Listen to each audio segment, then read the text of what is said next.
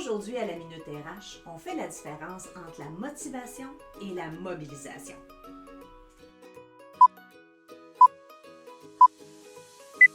Comme employeur, c'est super important de comprendre la différence entre la motivation et la mobilisation.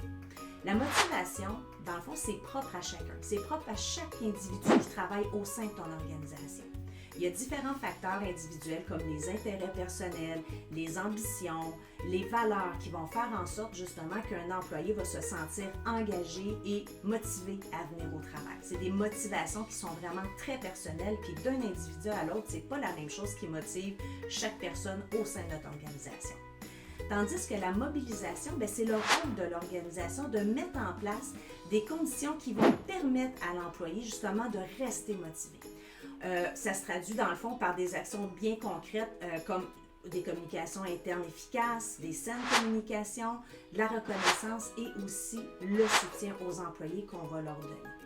Donc, je te donne dans quelques secondes la responsabilité de l'employeur pour justement susciter la motivation des employés au travail.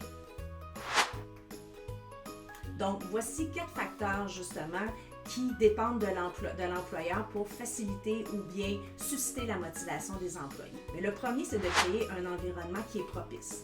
C'est de mettre en place des politiques. On en a parlé des politiques administratives, des pratiques qui favorisent justement le climat de travail positif. C'est de reconnaître puis de récompenser aussi les efforts. Donc, on a parlé aussi de reconnaissance. Donc, c'est de s'assurer que les contributions ou ce que la personne représente pour nous dans l'organisation soit reconnues, soit nommées et soit valorisées aussi. Le troisième, c'est de fournir aussi des ressources puis du soutien. Offrir des outils, de la formation, tout le soutien nécessaire pour que l'employé puisse performer puis se sentir à l'aise et se sentir confiant dans son rôle. Et le quatrième, c'est d'encourager la participation puis l'engagement. Donc, on implique les employés dans des décisions, on forme des groupes de discussion pour mettre en place des nouvelles pratiques, des nouveaux processus. Dans le fond, on les écoute, puis on entend justement ce qu'ils nous disent pour bien mettre en place les choses qui vont représenter leurs besoins, puis ce qui est important pour eux dans l'organisation.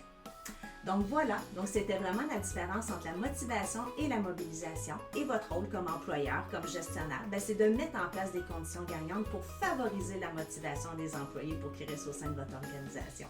J'espère que ça vous a aidé. Si tu veux en savoir plus, si tu as besoin de trucs, de conseils, tu peux me contacter, ça va me faire plaisir de t'accompagner. À bientôt!